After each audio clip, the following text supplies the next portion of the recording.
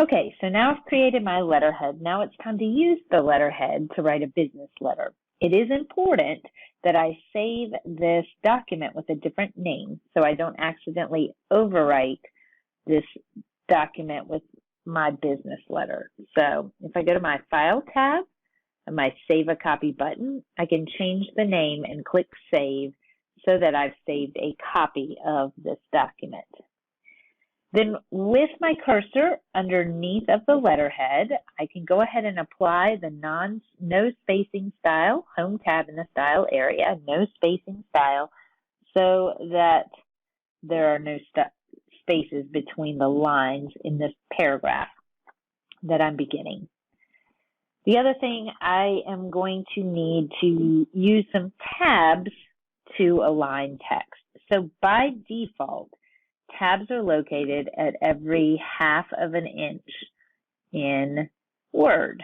If you don't see your ruler to be able to see that, you can turn on your ruler from your View menu. Make sure there's a check beside ruler. Please don't get these buttons right here. These are our indent buttons and our margin buttons. Don't get these confused with actual tabs. And we'll look at the difference of that, but that's a common mistake. These, not tabs. Over here on the side, there are tab buttons. So as we set our tab, we need to make sure that we have the right one. As you click on it, you'll scroll through different kinds of tabs. We want the left tab, which looks like an L. When I hover over it, it says left tab. To set a custom tab stop, with that choice of the left tab in my ruler showing, I can click on the 3.5 mark right here on the ruler, and it'll put a little L right there. So I know that I have set my tab stop in that position. Now, once we set the tab, we still have to use the tab. So we set it to use the tab, you press the tab button, the tab key on your keyboard, and then you can use it. So we're going to put a current date right here in our letter, and we can use a current date formula here or a current date method in order to make sure the date always changes to whatever day I create the letter. So to do that, if I go to my Insert button, in my text area, there is an option to insert time and date. It will ask me, it'll give me a window that asks me what format of a date I want. In this case, I'm going to choose the month, the day, comma, and the year.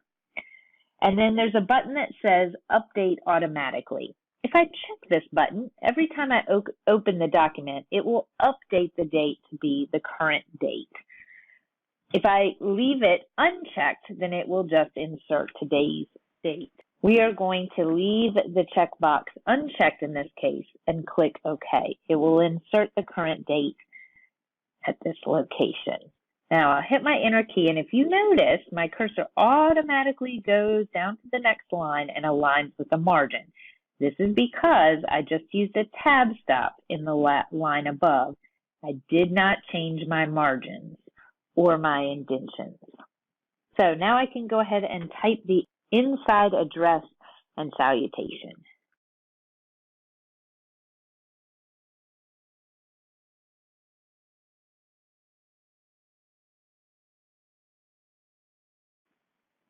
Okay, now that I've entered in the text of my letter, now it's time to talk about inserting a table. So to insert a table, this is on our Insert tab. There is a Table section. If I click on Tables, I have a couple ways I can do this. If I hover over these boxes, it will give me a preview of the size table that I want. In this case, I want a 3x1 table. So if I move over to, on the first row, I move over to the third box and click, it inserts a table for me. Now, the next step is to enter data in the cells of this empty table. So as I'm typing, to move between each cell, I'm going to use my tab key. and it will automatically move my cursor between the cells, so I don't have to pick up my fingers off the keyboard. When I'm at the end of a line, when I hit enter, it will take me down to the next row in the table. And then I'll finish filling in all my dates for this letter.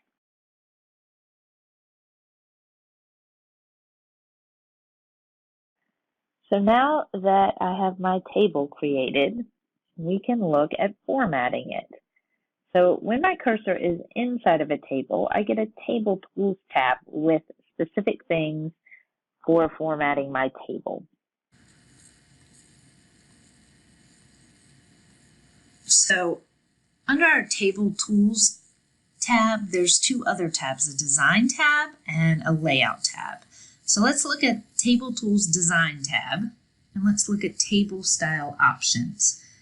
These are options that make tables look different depending upon if they have a header row or banded rows. If you hover over them, it'll kind of give you an idea of what they are. So I'm going to check the first column, uncheck the first column box, and then let's take a look at the table styles. Click on my drop-down menu, and please notice that you can scroll down and see many styles. So if you can't find the one you need, scroll down. But what we need today is Table 1 Light Accent 2. There it is. We'll give my table a different style. Next, we need to select one of the columns. Columns in a table are the things that go up and down. So to select an entire column, if I come to the top of the column, you'll see my arrow changes to a down-facing arrow. If I click, it will select the entire column. I would like to italicize all the text in that column, so if I go to my Home tab, in my font area, there is an italicize button. I can also use Control-I if I'd rather. Now, let's say that I have left off a row in my table. I need to add another set of dates. So to do that, there's a couple ways to do that. If I come to the side of the table between the boundary of the cells where I want to add the row, a plus will appear. If I click that plus, it will automatically insert a row in that area. If you know another way to do this, it is fine to do it another way. This is a newer feature of Office 2019. So let me go ahead and type my text in that row. Let's go ahead and add more text to our letter. Now we're at a point where we are going to talk about a bulleted list. So on my Home tab in the paragraph area are the option to make bullets. So I'm going to click the bullet and then type a list of tasks that the student must do before orientation. Once I have finished my bulleted list and I want to stop bulleting lines, if I hit enter a second time, it will start a new paragraph with the right kind of paragraph formatting. I am going to hit enter one more time to give a space between that bulleted list. And then I'll finish up my letter. When I go to do my signature, I'm going to use that tab stop I set. So remember that it's still set at 3.5. So now I just need to use it by hitting my tab key so that I can align sincerely with the date above it. 4 enters between sincerely, and then use the tab stop again to put the name. Now that we've finished our letter, it's time to add the schedule on a second page. So first we need to insert a page break, so the schedule goes on its own page. So that's Insert tab, Pages, Page Break. Then we want to go ahead and center our cursor for the title of the schedule and type some text. Then I'm going to select the title, and add a paragraph border to this title. So similarly to how we did the bottom paragraph border up on the letter, we are going to go to the Home tab paragraph area and look inside of the border options. So let's come all the way down to the bottom and go to borders and shading. So we have all of our options, and then choose our style. So 1, 2, 3. So we want this style, and we want the color of that to be orange accent 2, and we want the width to be 2 1/4. And notice that it's applying it to the paragraph, and I can click OK. Now I do want to go ahead and change the size of my font here. So let's change the size of the font to 36 points. Let's change the font color to orange accent 2. Oops, orange accent 2, darker 25%. And let's bold our text.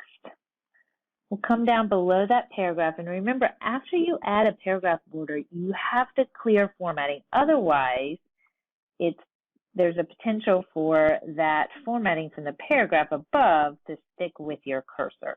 So I'm going to click my clear formatting button, and it clears the formatting on my cursor. Let's apply a style and continuing entering more text. So Home tab, we want the no spacing style,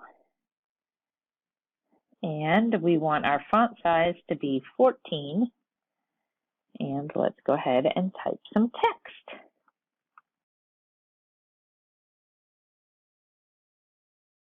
Now let's take a look at underlining. I'd like to underline 2 days, so I'm going to select 2 days.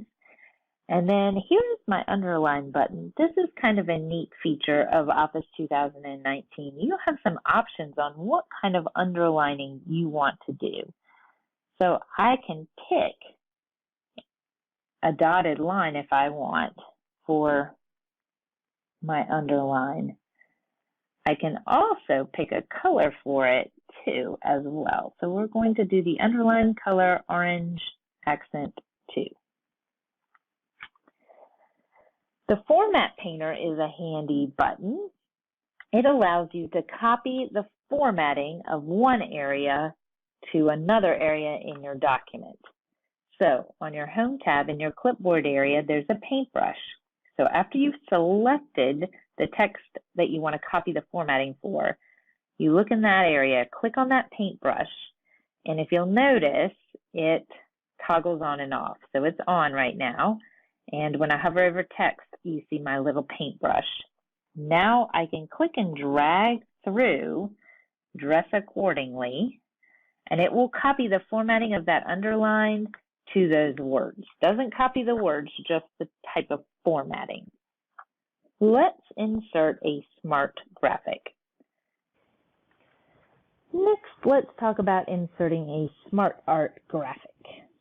So this is an insert command. So let's look on the Insert tab, and there's the option for a smart art graphic. I'll click on that, and there's lots of different choices throughout here. I want the one that's called Grouped List. So I'll click OK. There's my grouped list. Now, this has 3 groups. I only want 2. So to delete a shape, if I click on the outline of the shape and hit delete, that will delete one of them, delete again, keep doing it, and finally it resizes and gives me 2 columns, now 2 shapes. Where it says text in the brackets, those are actually called placeholders because it's holding the place for text. So let me click in the placeholder and type day 1. And then I'll come down here to the bottom, check, and notice how it's resizing my size depending upon how much text is in that shape.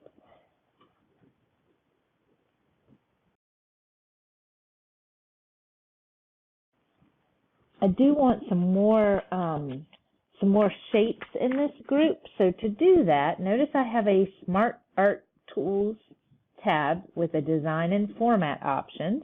On the Design tab, there's an area where I can add a shape. This will add another shape for me, and I can keep going with my day one schedule. I'm going to add another shape and continue on typing my schedule. I'm going to type my whole schedule and then I will start back up the recorder. See you in a few. Okay, we're back. I have typed the whole schedule. I've used the add shape to add multiple shapes to both of these groups, and now it's time to do a little formatting.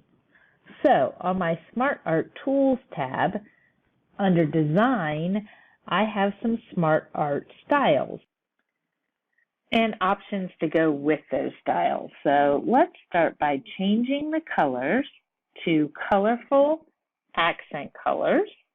I will change the colors in my graphic. Okay, now it's time to resize my graphic. So I'm going to look under the View tab and choose in the Zoom area multiple pages so I can see my entire document, and go back into the Smart Art Tools Format button area and find Subtle Effect. There we go. So let me resize by hovering over the corner and clicking and dragging my handle on my Smart Art graphic until it looks like everything is all on one line. And looks like the picture. There we go. So now I think I'm about done with this. Let me go ahead and save. Now, at the end of this chapter, it also talks about how to print labels and envelopes. So that starts on your paper book on page WD 357. So if that's something that you need to know how to do, I highly recommend you check that out. Otherwise, for today, we are done. See you in class.